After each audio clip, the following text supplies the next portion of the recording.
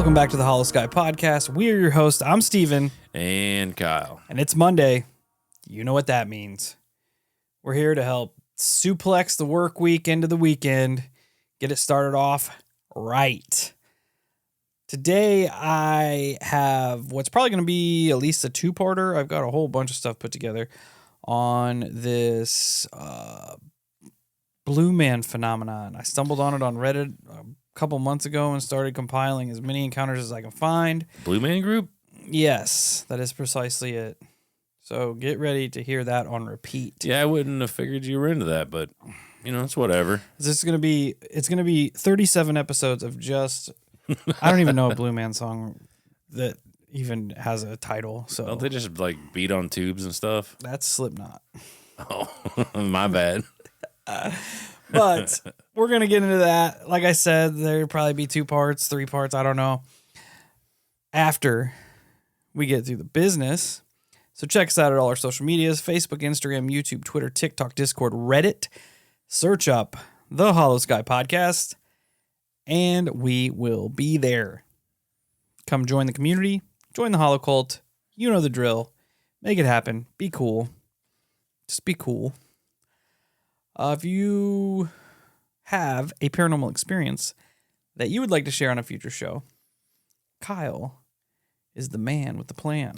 I can definitely let you know to open the show notes and dig around, and you're going to find some cool stuff.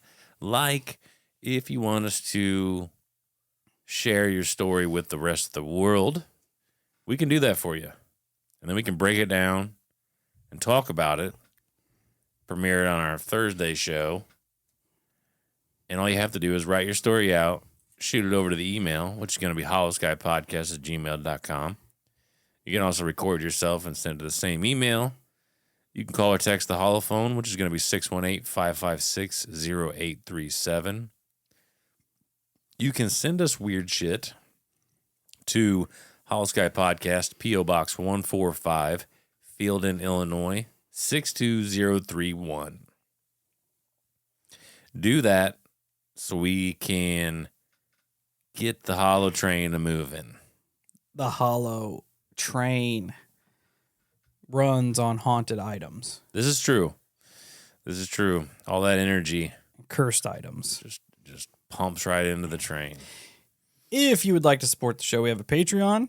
Go over there and sign up on that only tier that's available, which would be the $7 tier now, hopefully by this time.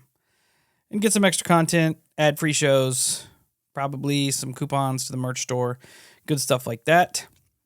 Speaking of merch store, we have one, holoskypodcast.com. Search up the store, grab some holo swag, and rep the Holocult in the real world. Put on for us. Wear it to your job. If you're a lawyer, wear it in to your next defense case. I hope so. Yeah. Make one hell of a statement. That's true. That's true. If I was a judge, I'd be like, yeah, I'm going with whatever that guy is going with. Yeah. Have you seen that shirt? That shit is sweet. Sick and fly. That's just how we roll. Sick and fly. Where am I at here? Oh, yeah. Share the show. Share the show as much as you possibly can. Even if people don't want to hear about it, share it. Just force feed Everyone. Holosky to every other human on the planet. Yeah, and then we'll be okay. Yeah. We'll be able to move forward full time. That's what we want to do. More content for everyone. And then get taken out by the watcher.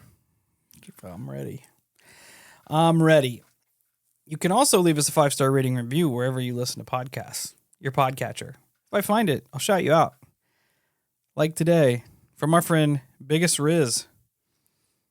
Biggest Riz says 5 stars, best and most genuine podcast out there. These 2 guys are smart, dedicated, and chill. Perfect podcast to unwind at the end of a long day. Cannot recommend this podcast enough. Huge fan from the Sunshine State. Well, much love. Thanks, Riz. We appreciate you taking the time to leave us some kind words and some 5 stars. Definitely appreciative of it. We need it. Yeah. We need it. Yeah, I'm always here for some kind words. Yeah, and it's much love.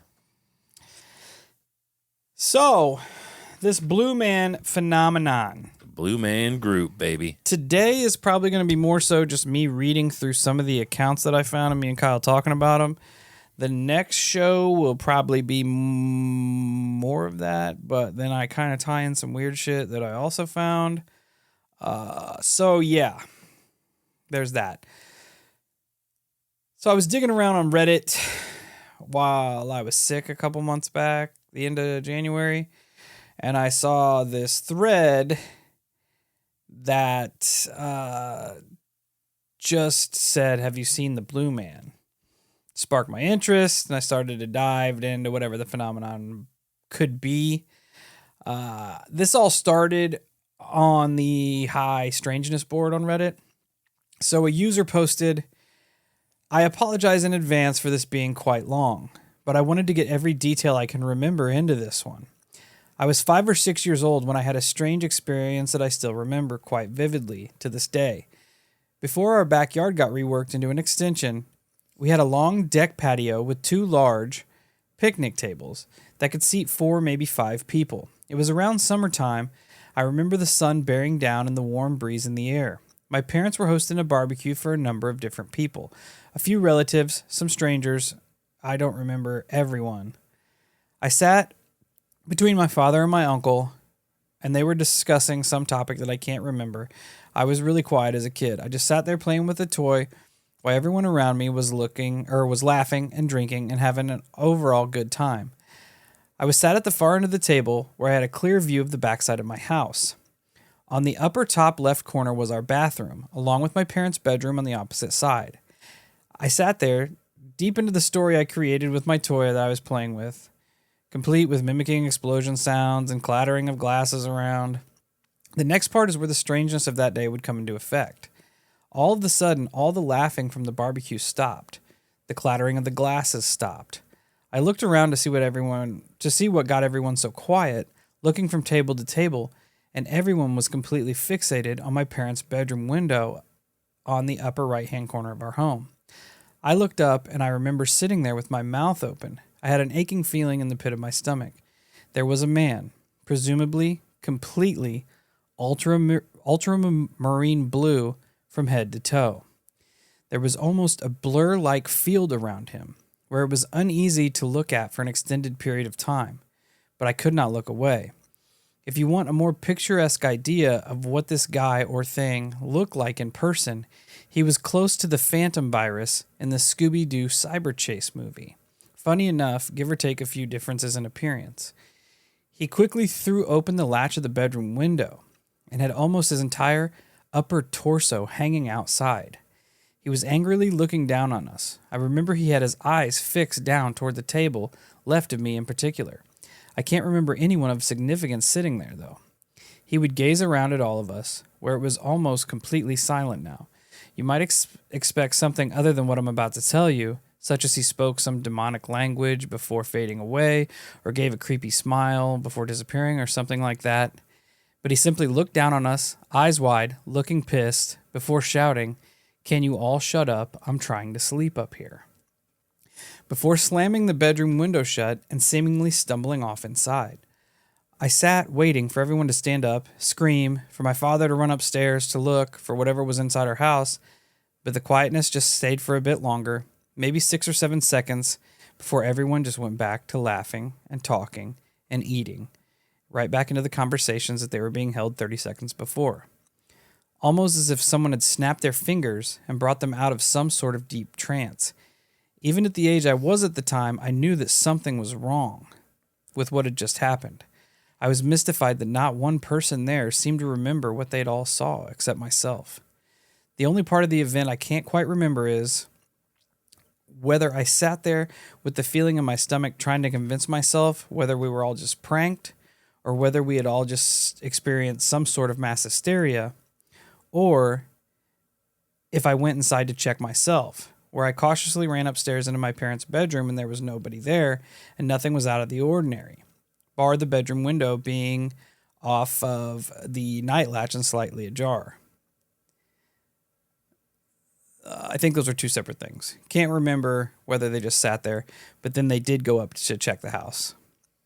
When I think of this day every now and again, I seem to recount option 2 more clearly, which, if it was, I was one brave kid. I never brought up to my parents, and they've never brought it up to me. I don't know whether they truly don't remember, but I don't want to seem like a lunatic approaching my parents with the story of seeing the blue electric man in their bedroom one day. I found this community a few days ago and felt it would be appropriate that someone other than me can read this story where it's more out in the open. I've never told anybody about this before. I just recount it every so often. I've never been able to deduct who the blue man was, a ghost, an intruder, or if it was even there at all. I don't believe I imagined it, even for the age that I was. As I've said, it happened when I was 5 or 6. If it was just a dream I had at the time, it's a dream I've remembered almost vividly for the last 15 years. Speaking about the actual blue guy I'm talking about here, though, as for his muscle structure or facial features, the exact image has gotten muddled over the years in conjunction with myself being on the ground floor and him being on the floor above a fair distance away. It's difficult to remember things like eye color, etc., as we weren't close enough to properly make it out. What I do remember, though, the haze I spoke about around him almost made it look like he had a glow to him, or he was somewhat bright when he was leaning from the window. He was regularly thin, not thin enough to make out any bone protrusions or abnormalities, however. I remember the top of his head having spike-like protrusions, like long shards of carved ice sticking from his head like sculpted hair or something like that. The only thing out of the ordinary other than the whole event itself was the eerie quietness. I don't remember any birds chirping, or even the food on the barbecue sizzling behind us. It was like everything froze in the moments the blue guy was speaking and the 10 seconds or so afterwards before everyone just went back into their regular conversations like nothing had happened. It was like snap, and the world started over again. Overall, I'd say the whole incident lasted maybe 20 or so seconds. Not long at all, really. I just remember the stillness after he finished speaking and closed the window and feeling like it lasted forever. The whole event was in some weird closed off vacuum. So this first account that was posted, oddly enough, started sparking off people's memory of also seeing a blue entity, which is super bizarre. So weird. It almost makes you feel like there was some type of like dimension split there. Like he coexisted somehow, and then he was able to show himself, which is just bizarre to think, because that's like the only way in my brain that it works, because he comments on how loud they are and how he was trying to sleep. Yeah. Almost like for lack of a better term, the veil thinning. Yeah. Which is strange. The fact that like everything went silent makes like you hear missing 411 cases where whenever people are presumably getting close to whatever these entities are, everything goes silent. Everything goes silent. Yeah, and even in some of those cases that we've read where people have crossed over and have been in a parallel universe, so to speak, and their loved ones are looking for them on the trail, but they can't, you can't hear each other, can't see each other, can't experience each other. And then they come back and they're found and they're like, where the fuck were you? It's strange. It makes you think of that Kalani video we were talking about where or maybe this blue entity was just minding its own business and kept hearing things out in his yard, He's trying to sleep, kept hearing things out in his yard that maybe he perceived as paranormal in his world, where he finally gets so fed up that he just opens the door and just yells like, you hear people who have dealt with poltergeists and get to the breaking point where they're just like, leave me alone. Right. Yeah, I don't know. It's definitely strange. So I've added some of the following comments that were posted underneath this original post. One Redditor says, I saw a blue man walk down my staircase at night when I was a child. I can make out all of the facial details, even the hand on the banister. I told my mom in the morning, and she confessed that the person who sold the house had told her that a spirit lived in it. Other experiences occurred, but I always loved to talk about the blue man I saw. Another person chimes in. When I was in second grade, I remember a girl breaking into tears talking about a blue man who escaped out of a box. I don't know what happened to the girl, but the story always stuck with me. 3, I've been trying to find other people who have seen the blue man for ages. I saw one when I was quite young, about 4. He came into my bedroom. He seemed quite tall. I compared him to my dad's height, about 6'6" at the time. Also, very glowy, like electric, almost exactly what you just described. He didn't say anything when he came in. I hid under my blanket. When I peeked out, he was sitting at the foot of my bed. I ran into my sister's room, which is where I woke up the following morning. I don't think he seemed malevolent, only that it's horrifying to see a person like that in the bed, or in the best of any circumstances. This would have been about 87 or 88. Another Redditor. In high school, 2 different girls, with no friendship or ties in the community or anything, had stories about a blue man. In fact, one had an older brother and sister who corroborated her story as they were all sitting together in one bedroom. They saw a blue face in their window. They said it was making weird faces, like almost teasing them. The other also said it was a face in her window, but she had a room on the second floor. It's weird that all of these encounters thus far on this thread are happening. Well, I guess I should hold off because I guess I talk about this later. Okay, from there, a user comes forward and begins talking about seeing a blue man in their window every night for the past 2 years. They began meditating and eventually saw a UFO. After that initial encounter, they said that they were able to see numerous different entities and other, quote, weird shit. One of them being the blue man that would watch them through their window at night. It's really odd to me that the window seems to be a common thread in this first batch of encounters. Yeah. Not only the window being significant, but also it seems like it happens to children in this first batch. Yeah.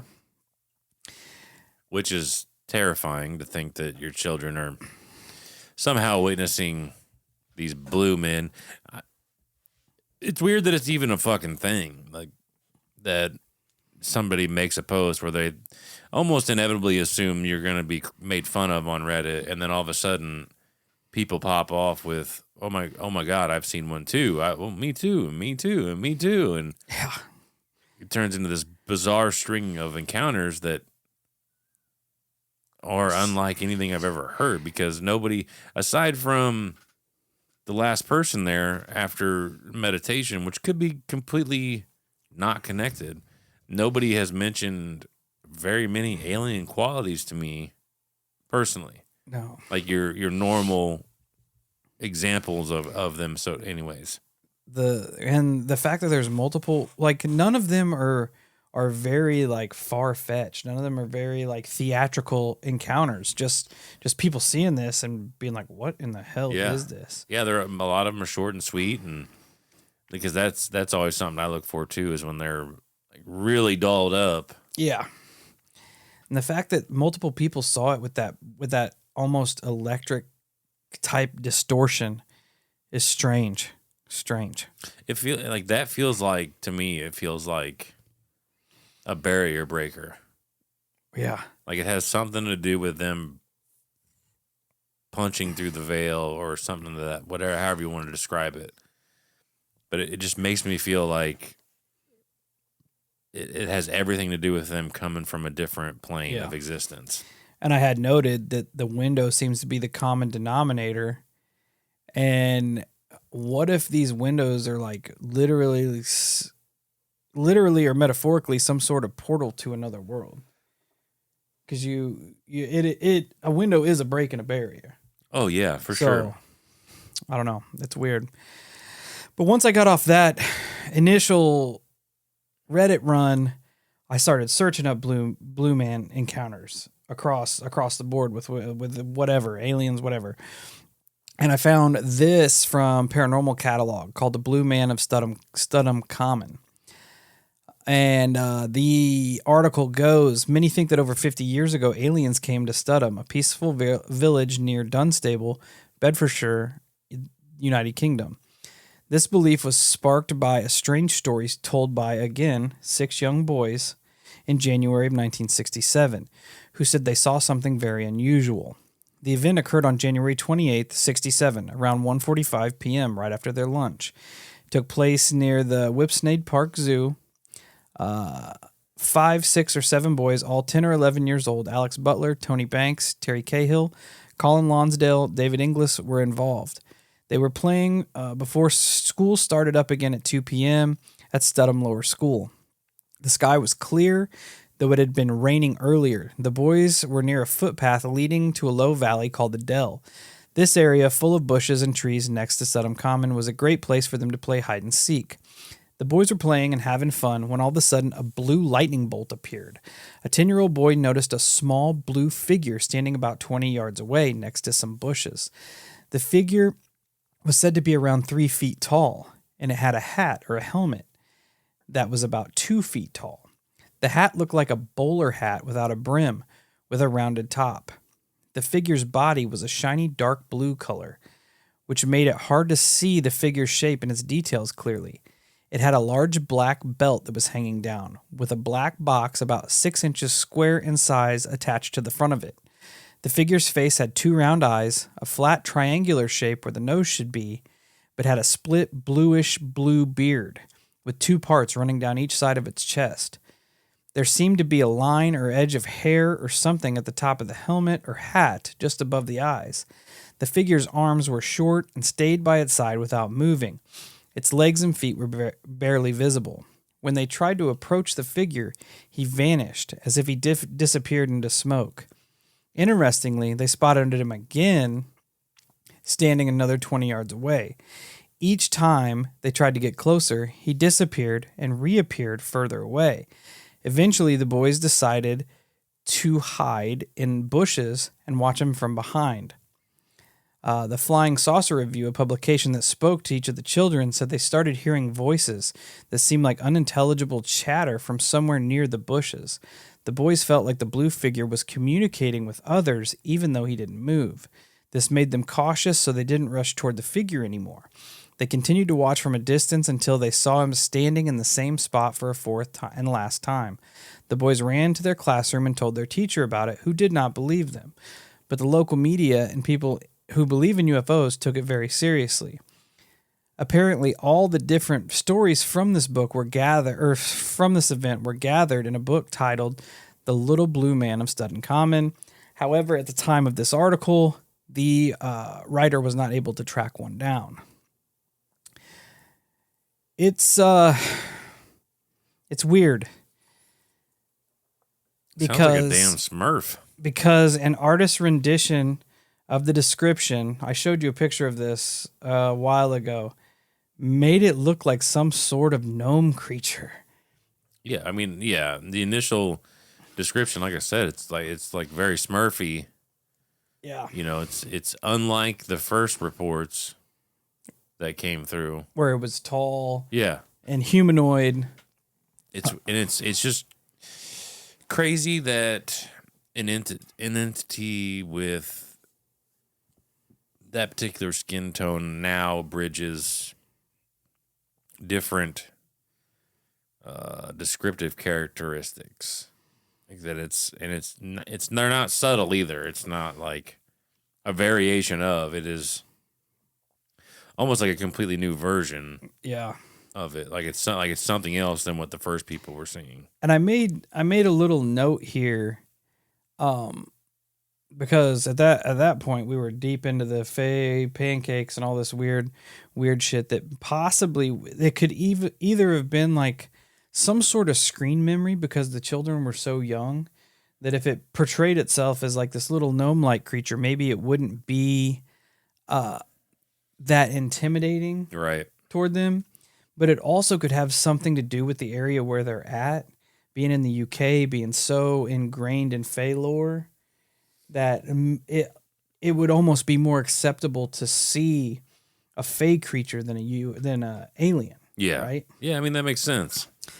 I just thought it was strange. Definitely, yeah. Well, no matter what, it's definitely fucking weird. It gets fucking way weirder. I don't like, again, I don't know if these are even connected. But the one variable is that all of these entities are blue. Because it goes from the 6'6" blue man in the bedroom to this gnome to this next one we're getting ready to get in. Yeah. Little blue men with tribal-looking seaweed skirts. This happened when I was 7 years old and has stuck with me throughout my entire life. Only people I've ever told was my girlfriend years ago and another friend whom I no longer talk to. Other than those two, I've kept this encounter private for obvious reasons. I was playing a game with my father and sister in the living room of our home. My grandmother was there too, sitting and watching. The game was that my father would lay on his back, lift his feet, and tuck them into a squat so my sister or myself could sit down on his feet, and he would push us up and we'd leap off into the air and land on our feet on the ground laughing. I remember giggling hysterically and yelling higher, so he pushed off harder and I must have lost control and went higher into the air and came down on the wrong side and smacked onto my head. It shook the whole house. My grandmother was upset, and I stood there as everyone got to their feet and surrounded me. It was at that moment when you're shocked and not going to cry, but it hurt, so you're kind of stunned before you realize what happened and start crying. It ended up being a concussion. After a visit to the hospital, scans, my father was told not to let me sleep and to watch me closely. My head in the following weeks swelled out like a big egg, but it was in that moment right after the impact, before crying, over on the table next to the sofa were standing two blue men, no more than 10 inches in height. They seemed to stand tall, rather proud like warriors. Their legs and arms were thin. I could see the mild knobs of their knees and elbows. There wasn't much fat on them. They were both very lean. I could make out a slight muscle tone to where their bare chests and arms were. They were both wearing grass skirts, something like you'd see in some primitive native tribe, but the grass seemed wet like seaweed and had a bit of a soppy, squishy lake bed look to it. One of the men was wearing a hat, an old-style cap, darker red in color, almost wine-colored. The other one, I could see his hair more clearly, and it was long and unkempt, with pieces coming down the sides of his face and over his ears. The one without the hat was holding a long spear in his hand. The base of the spear was resting on the ground, and the pole came up almost half of his height, with a carved pointy stone on top. It was a fast, momentary image. The scene in the living room quickly turned to panic after I'd hit the floor. My family crowded around me. I never saw the two little men again, but I never forgot the image. It felt like they had been there longer than just the short moment that I could see them with my eyes. And there was something sinister feeling about the way they confidently stood there and stared at me. It was clear that they were not afraid of me or the fact that I could see them. At age 7, this was in the 80s, all I could compare them to were like evil Smurfs. Ironically enough, the Smurf narrative. The one's red cap even reminded me of Papa Smurf, but they weren't shaped like Smurfs. That's where the comparison fell short. I've always been good at drawing, and at one point, a few years later, I tried to draw them because I was afraid that I might forget what they look like and their details. Not really sure whatever happened to my drawing. Last note, warp ahead to 2000s. I started Googling it, trying to find more info on the little blue men. I uncovered a picture of a painting from 100 years ago. It looks like an illustration of a book or something on some academic website of little blue men tearing apart a library, causing mayhem. I think it was called the Blue Men or something like that. They wore red caps, same stature and build. They were so strikingly similar to what I saw that's when I actually had the nerve to tell the story to one of my friends. Since then, I've never been able to find the picture online again. All I ever find now is the Blue Man Group and other unrelated things. I almost get the feeling that they don't want to be found. Has anyone else seen anything like this? Note that the figure that the boys saw in Studham also wore a red cap. Like these figures. Right. That this kid saw when he hit his head. This string of it definitely gives it more of like a Fae vibe. That's what I was feeling too. Like I don't know about the larger ones because I haven't heard a lot of stories about like way larger Fae. I've heard some of them have the capability of possibly doing that, but I haven't heard some shapeshift. A lot about it. Yeah. But these two here definitely sound like Fae encounters. And the fact that he was in that weird state after he just knocked himself out almost, where your consciousness is in that weird realm of like in between sleep or in between meditation, that he manages to see this thing. That's an aspect where we don't really think of a whole lot, where if you're hit hard enough, your consciousness starts to lack, that you could possibly see these beings as well. Yeah, it's an eerie feeling that in a lot of these encounters so far, it has this like, I exist, you don't know that I exist until I let you know that I exist. Yeah. Yeah. It's just really, because like in the first one, it just made me feel like, and it's so bizarre to think about that there is an exact replica of our world, aside from blue beings live there instead of us. Oh, that is weird. You know, because like, which according to like it's just weird multiverse string theory and shit, there is one. Yeah, absolutely. It's just still weird to like sit and think that essentially your house is there, this house is there. It's just that instead of you and me sitting here, it's blue being sitting here. Yeah. Blue Holosky, Kyle and Steve. Yeah. Talking about the fucking human Kyle and Steve. Yeah, and instead of like instead of like there being a break from the poltergeist activity like you threw out earlier, other than that, it almost sounds like they have the ability to acknowledge us. Like they have they have a way of not acknowledging, but like interacting, observing without us knowing. Yeah, which makes it way worse. Yeah, because the seaweed beings were standing there, like you said, confidently. Yeah, and they were looking at him like, we see you. Yeah, we don't care that you see us. Yeah, regardless if they're even acknowledging that they can be seen, the fact still stands that they were seen, but they were standing there like, you know, like they just have that level of acknowledgement that makes you feel uncomfortable. Yeah. Because I couldn't, like, my brain instantly went to like, wait a minute. So you're telling me that when I lay down and go to sleep, essentially I'm laying down in the same bed with a blue being.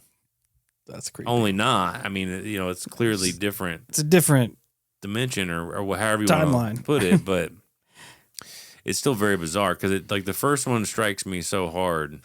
Yeah, it was interacting with the physical objects of their world, opening the window. Exactly, like he's done it before. Like he's opening his window and telling his neighbors to shut the fuck up because I'm trying to sleep.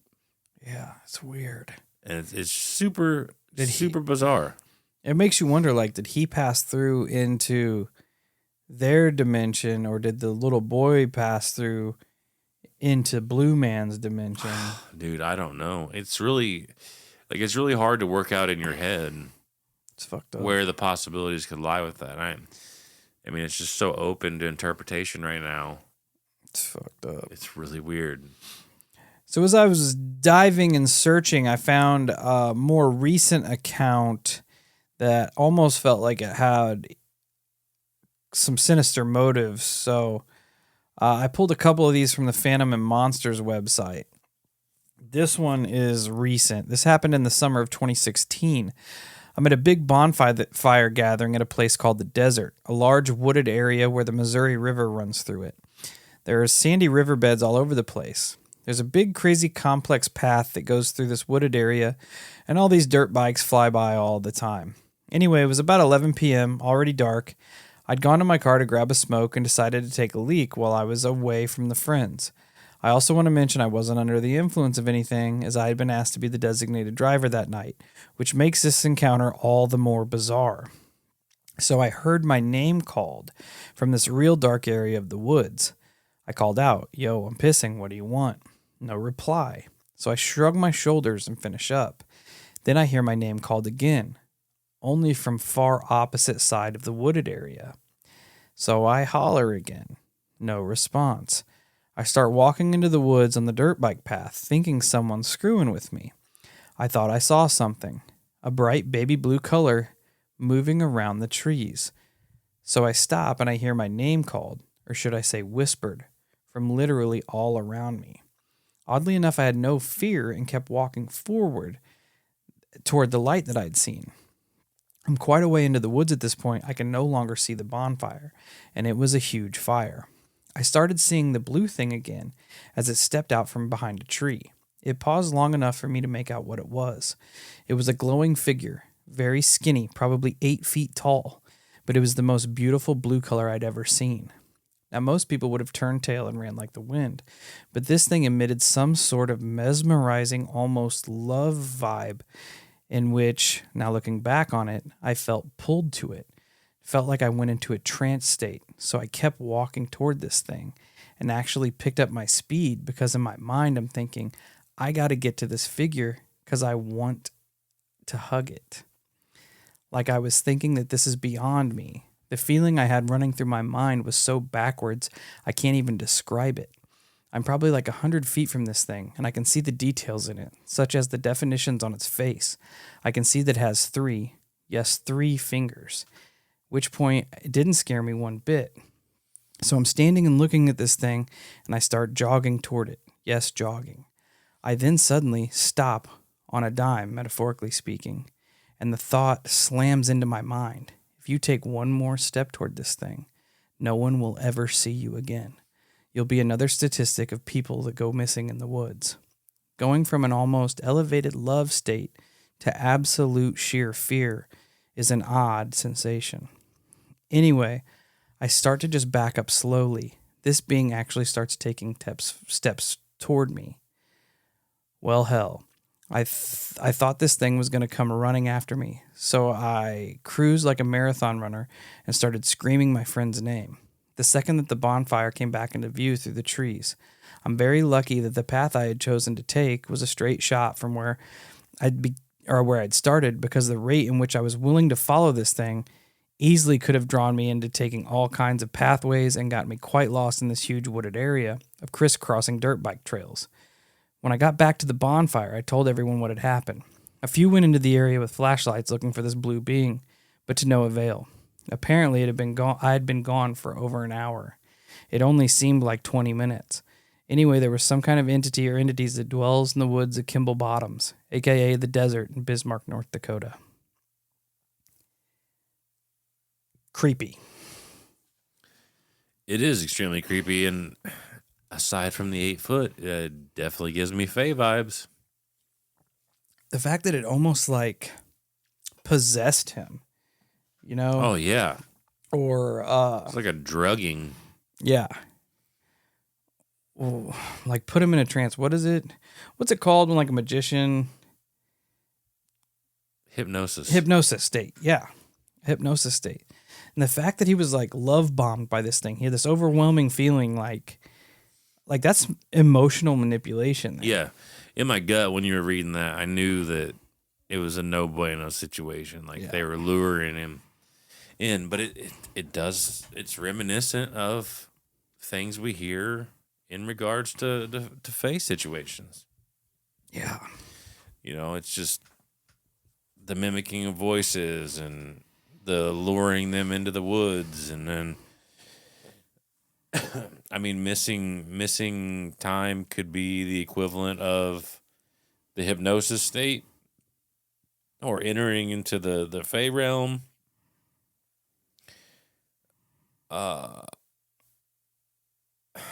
Because I'm trying to like jog my brain here, but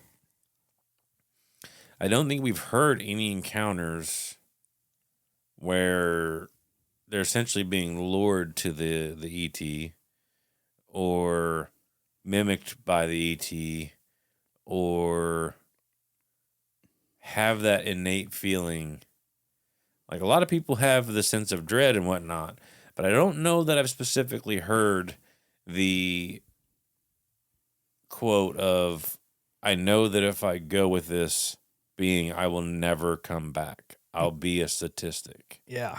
I don't think I've ever heard that type of language in a UFO abduction case. Because you do hear of entities using love as a connecting device, as an emotional connection, love and light, this or that, this the other. But maybe it's more of a manipulation tactic than anybody's thinking. And to be honest, to be frank about it, I feel like most ET abduction cases are more forceful. There isn't this like that, because I don't feel like the ETs don't need convincing tactics. They're just like, we're gonna fucking take you now. Yeah. You know what I'm saying? Like, I don't know that I've heard. There's been a couple cases that we've heard of slight manipulation, like with the screen memories, or the fact that they can touch you and make you feel a certain way. So I guess there is that level of manipulation, but like I said, I feel like most of the time, if they want to take you, they just fucking take you. Yeah, they don't have to. I mean, I don't know, but you hear of other encounters where people are trying to be lured into the woods. Yeah. Like, it's strange that it was calling its name from every which way, which that's got like, what is it, Wendigo vibes, or Yeah. hear your name called in the woods. But I've seen it in fake cases where people have heard their voice speaking, or even in the Duende case that I brought up, there was the guy that heard the communication from underneath him in the ground, and it was trying to tell him, hey, right over the way, there's a cave. You need to go into that cave and come hang out with me. And the person was like, yeah, fuck this, I'm out. And they take off. You know what I mean? Almost similar to what, the one you just presented. Yeah, and the fact that it had such a hold on him that he was literally running toward it. Yeah, wanted that's to weird. Touch it. Like, he said, I had to hug it. Yeah. That's weird. Gross. That's weird. That's gross. I don't know what to think of that one other than, gross is a pretty spot on way to describe that situation. What kind of vibe do you have to be putting out to make someone want to sprint toward you and hug you? Almost like a pretty good one. Yeah, almost like he was seeing someone from his past or some shit. Like, or there was some type of like, not the word I'm really looking for, but almost like the air got smashed with tons of pheromones. Oh yeah. And it just kind of like dudes do weird shit. Put him into overdrive, Yeah, that's creepy. This one was on Phantom Monsters also. Phantom and Monsters website also. I think if I remember right, when I put this one down, it is kind of a weirder tale off. It's almost like a blue cryptid more than entity. That's weird. But I can't remember right offhand, but we're going to dive into it. So from the Phantom and Monsters website, a few years ago, Albert Rosales forwarded the following report. I thought it was worth posting again. If any of you don't know, we've shouted out Albert Rosales multiple times. He puts out the Humanoid Encounters book series. He's doing the work, putting the work in, finding all these cases and compiling them. It is awesome. Those are pretty fantastic books. This event happened about 30 or 35 years ago. It was in or around Amarillo, Texas. It began when my grandfather got a job on a ranch. The owner told him he could live in a home nearby with his family of 12. It was a 2-story home with an attic.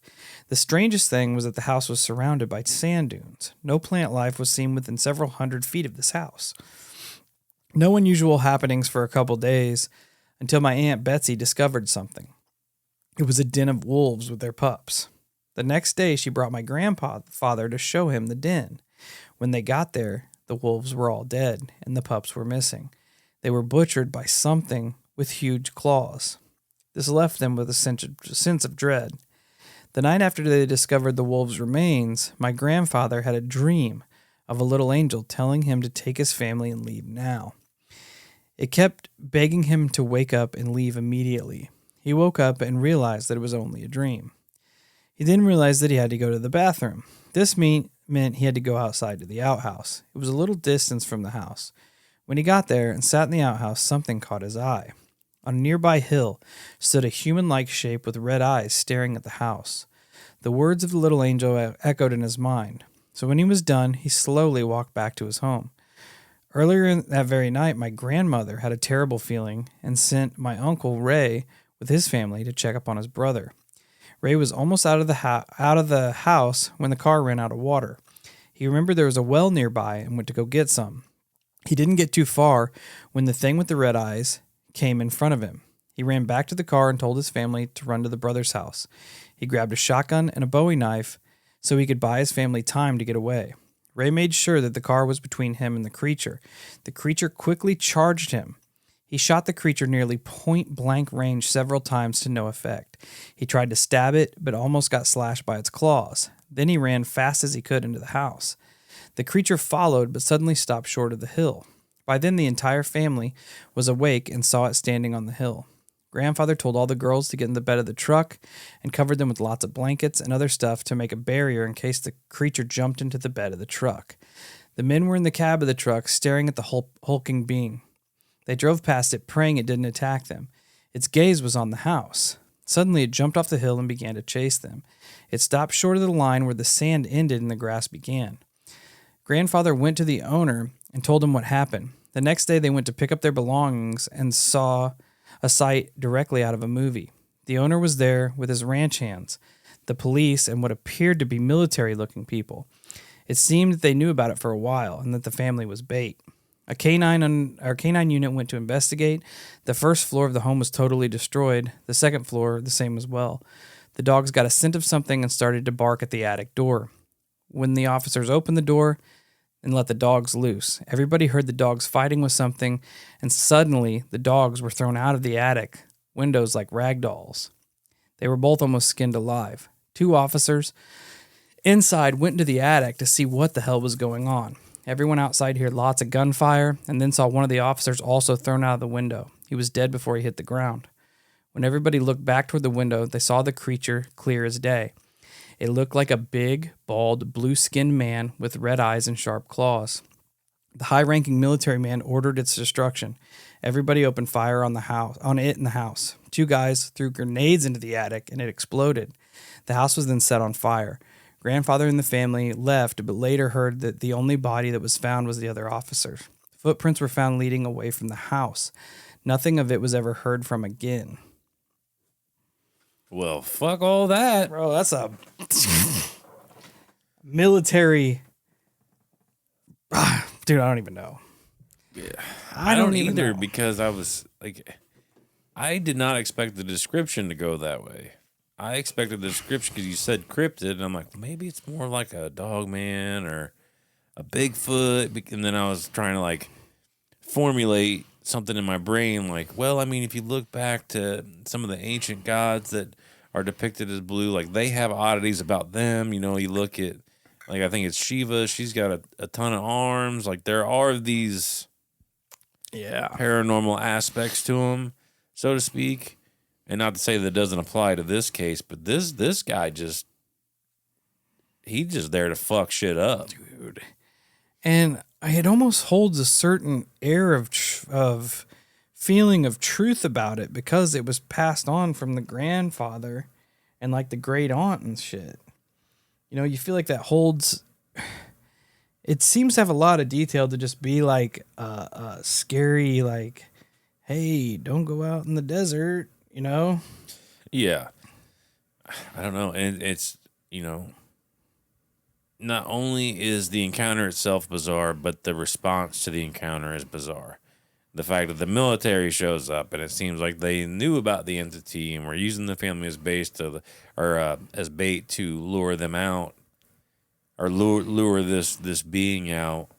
And then they tried to fucking grenade the thing and nothing. On top of that, once again, my description was far off. However, it is eerily reminiscent to the mega wolves on Skinwalker or whatever. Yeah. Where they tried shooting them and nothing happened. It's almost like whatever this thing was didn't want any living creature on whatever that property was around that house. Yeah, it wasn't about that life. It was saying, get out. Yeah. Go on, get. I do love that they were just like, you know what? Fucking send it. Grenades, guns. Yeah, everything. Fire. Burn the house to the ground. Call in the artillery strikes. That is the energy that I'm taking. I mean, I can't argue it, because if I was standing there and saw 2 officers and dogs just basically get skinned alive, thrown out the windows, yeah, if I got a grenade, I'm probably going to chuck that bad boy in there too. Yeah. I'm just going to keep trucking. I don't think I have quite enough to make another episode, so I'm just going to pile it onto this one. We're just going to roll with it. This account is from Central Missouri. It's been about 2 years since this encounter, and I decided to post my story here to see if anybody else had encountered the same species. I was having a middle-of-the-night drive and decided to pull into a park when I saw about 10 glowing blue people jogging on a path out of the woods. They looked no taller than 5 feet, and I thought of them as children. Their faces were more white than blue, and I couldn't make out all their facial features, just a white light. Their whole bodies seemed to be comprised of a glowing blue light, but they were in the same shape as a human. They were in a single file line, and I couldn't believe my eyes, so I turned my head, blinked a few times, and looked back, and they were still there jogging. I watched them for about 20 seconds until they followed a path behind a building and into the woods. I've never seen them again, and my biggest regret is not following them. I don't know that that's a good idea to follow them. It almost makes you feel like the other guy who saw the human entity in the woods that needed to get to them. Yeah. And now this guy's biggest regret is not following them. But once again, the description's similar. The blue, short, and glowing. Yeah, the weird glowing light or glowing aura or whatever it is. Which, I mean, at least there's a common denominator between a lot of these encounters. You know, there's the blue skin. Height is mostly irrelevant because you have reports of tall ones. Yeah. But you have the veil breaker cloak that they're able to have as well. But I guess the sizes are extremely variant too. It's weird, man. Because I was going to suggest children, however, that doesn't take into account for the warriors. Yeah, who were tiny. Yeah, little bitty. Yeah, or the one that was 8 feet tall. Yeah. Here's another one near Lodi, Wisconsin. Date August 22nd, 1999. Time afternoon. Michelle and a friend were hiking in a remote trail called the Ice Age Trail when she became separated from her friend and went ahead. Soon, some 50 feet away, she saw a flash of motion. It was a blue-gray figure moving along the trail toward her. Her first impression was that it was someone dressed in a blue jacket. Abruptly, the figure glided to her right, disappearing into the tree line. It did not seem to be walking. It displayed a smooth gliding motion. Before it glided away, the blue figure seemed to change directions.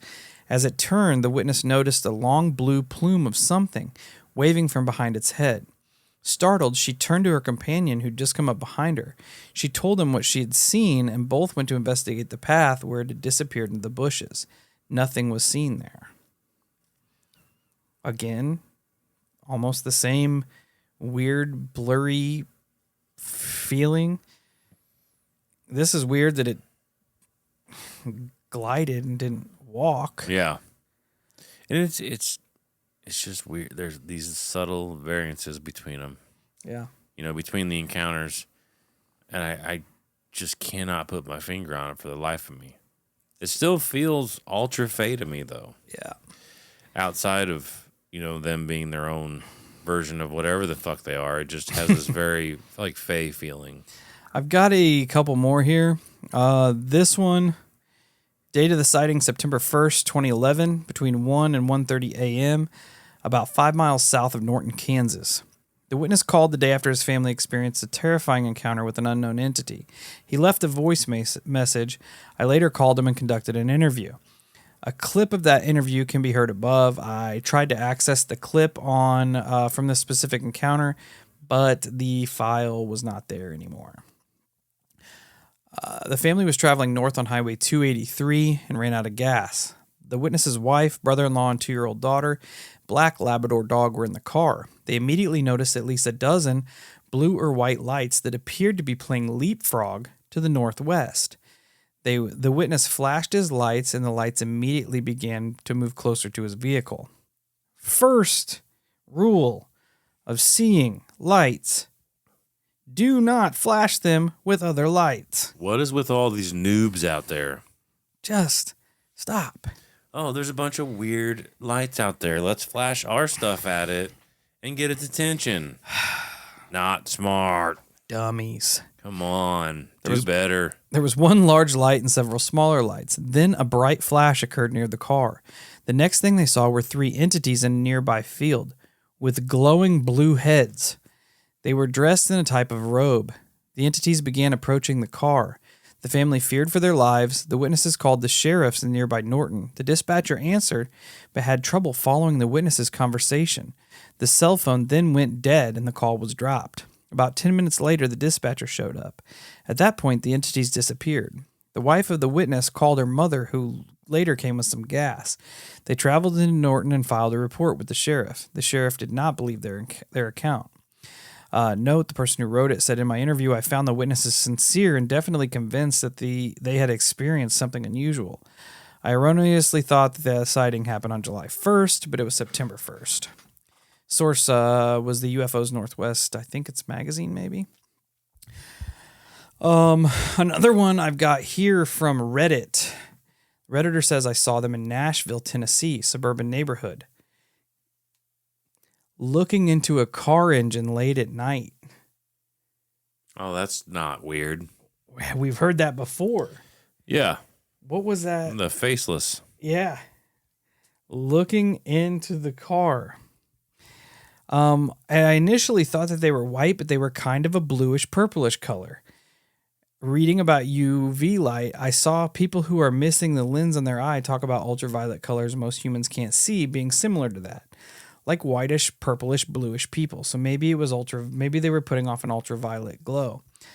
I saw these things in the immediate area kind of light up too, like a black light does. My story is in the comments here. I'm not the OP. Also, no facial features. I had kind of weird thoughts and urges not to look at them. Totally not normal thoughts. They felt really weird. But when I saw them, I got the definite impression that they did not want to be seen under any circumstances. Not to be dramatic, but if they knew I saw them, I probably wouldn't be here to tell you the story. I think they phase into our electromagnetic frequencies to study us. When I saw them, it was an accident, I think. I get the impression that they were there to study that car. Me and my friend saw it and talked recently. Kind of wonder if there'd been an abduction, to be honest, but I don't know. It certainly felt like they didn't want to be seen. If they exist on the electromagnetic spectrum, and if they have something to do with UFOs, maybe they do, maybe they don't, then the fact that our modern UFO wave really kicked into high gear after we started making nukes is kind of interesting. If something existed on the electromagnetic spectrum, all that radiation would be really interesting to them. They'd want to study the source. I know I added that one because of them looking into the car. Yeah, well, and then they're faceless, and it is 100% similar to that encounter during my faceless episode. Yeah. Even to the point where they get the feeling that we should not be looking at them. Yep. Because I can remember in that story, the dude's just trying to keep walking straight and not pay attention to it. Yeah. So weird. Weird. I'm in that camp too. I feel like they have this ability to, like, these ones have what I'll call veil breakers, and whatever that is, that glow, I feel like that has something to do with it. I think I have one more here. Western Australia, 8/28/79. When I was 8 years old, I traveled to Scotland with my mother to visit my grandparents. My grandparents lived in a duplex cottage. They lived in half with another family with a 12-year-old son in the other half. The cottage was on the outskirts of Perth, in the countryside, with a forest, river, and old mill running behind it. It was August or September of 79. I spent most days playing with Alan, the boy who lived next door. We ran around the forest, generally having fun as children do, but there was an event that I can honestly say changed my life. Alan and I were building a hut of some kind. The day was fine and clear. I was collecting old tin and sticks, but for a few seconds a solid figure appeared to me beside a tree. It was human-sized, and the most amazing turquoise blue. At first, I thought it was like an old knight you would imagine with silver armor, but it simply wasn't. It was blue, human-sized, and there for only a few seconds. Alan noticed that I was a bit startled and asked if I was all right, to which I replied that I thought I'd seen something. He asked what I'd saw, to which I said it was weird, but to my surprise, he said, "Was it the blue man? Or it was the blue man, wasn't it?" I asked Alan if he saw it too, which he replied not this time, but he had seen it several times previously in the woods. I don't remember facial features or details other than it was solid and the most beautiful turquoise blue all over and adult human-sized. What I do know is that it was real. Why it appeared, I don't know, but it certainly had an effect on my life, and I often wonder how many other people have seen turquoise blue figures. I have no idea where Alan is now, but I'm back in New Zealand with my eyes open to things that don't always make sense. Has anyone else ever seen the turquoise blue figure? That was submitted to MUFON. And again, another case where someone described it as the most beautiful blue color that they'd ever seen in their life. Right. Which it's almost like they're trying to make themselves appealing in any way possible, be it via emotions or hormones, or be it via the way that they look. It's almost like the bait you use when you're fishing. Yeah. You want to use the brightest color or the brightest pheromone or smells or whatever. I don't know, man. Like, this has been one that I'm kind of at a loss for. It covers because it hits like there's so many tropes that it covers. Yeah. You know, some of them are very ET feeling, not all of them, but some of them. Then you have a lot of them that are very Fae feeling. I don't know where this lands. I don't know enough about blue beings to make an educated guess. It's weird.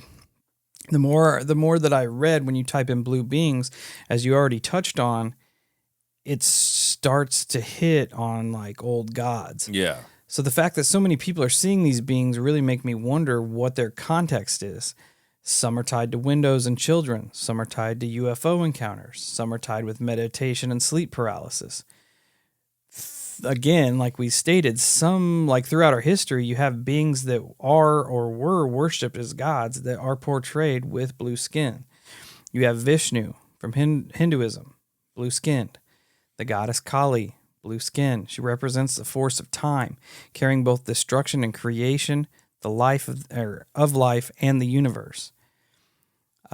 It's weird because her in particular is formless but also absolute, and she's ever changing her forms, which kind of falls into these entities being so different. It's interesting. Another one that I stumbled across is the Oni, which is an ogre or troll, common figure in Japanese folklore, whereas they are often seen with multiple different colors of skin. Blue is one that's very common. In the Balinese culture, they had traditional gods that can appear with blue skin. A traditional Balinese monster, the Oga Oga, also appears with blue skin.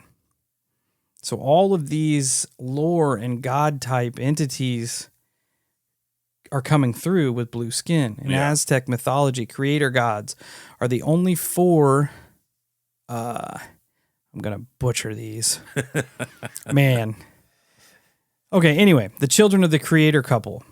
Lord and Lady of Duality, Lord and Lady, near the nigh, Father and Mother of the gods, Father and Mother of us all, who received the gift and ability to create other living beings without childbearing. One being is, bear with me here, Huitzilopochtli. Oh, yeah, I know that one.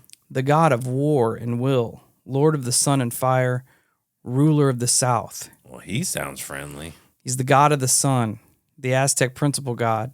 He had an insatiable appetite for blood. Under his urging, the Aztecs rose from a band of primitive farmers to be one of the bloodiest civilizations of early Americas. Many in Central American cultures indulge or not credit him with human sacrifice, but like a lot of what was done, they believe was done in his name. Gotcha. He was also the most powerful of the 4 creator beings. He was also portrayed with blue skin. So I just kind of wrapped it up that I find it super strange that blue is used to describe both benevolent creator deities and malevolent gods and monsters. Maybe these entities are neither gods nor demons, but some sort of entity that has been present forever and have manipulated humans through fear and death into worshiping them and fearing them as gods. I could definitely see that. I'm trying to roll around in my brain. Like, it's so weird if you step all the way back and view it all as a whole, because it almost makes you feel like, to a degree, that if you look at it from the lens of two parallel universes, so you've got both universes, you have ours and theirs. We are a particular set of beings that come in all different shapes, sizes, colors. And then if you look at them, same thing. Yeah. So it almost makes you feel like it's 2 separate civilizations that somehow right on the bridges are being connected, that allows us to peek into each other's overall civilization in a roundabout way. Yeah. Because it's very... Like I said, they've all come in varying shapes and sizes, and obviously at that point different rules would apply. I mean, the oddity is your fucking pissed one that has claw hands and stuff, and yeah. But then again, I mean, you have gods and everything else that are thrown into that. It's no different than any of our religions having gods as well, though. Yeah, and I mean, who's to say that these, like, the entities people are seeing now, who's to say that they aren't gods as well? Yeah, for sure. Or, for sure. On the flip side of that, maybe the entities that people are worshiping as gods are not.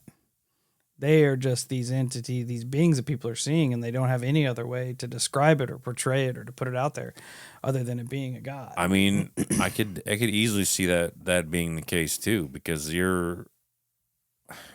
I can't talk shit on them because we would be no different if we were seeing, it could be the Joe Schmo of the Blue Man world coming over here, and we are going to perceive it as a possible god. Especially if he's like, yeah, I'm a god. Yeah. There's blue Egyptian gods. Amun-Ra is portrayed as a blue Egyptian. That's so weird that so many different cultures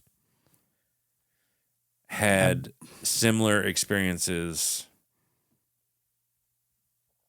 And it's weird that of the 3 painted there, depicted, there's one with blue skin. Yeah.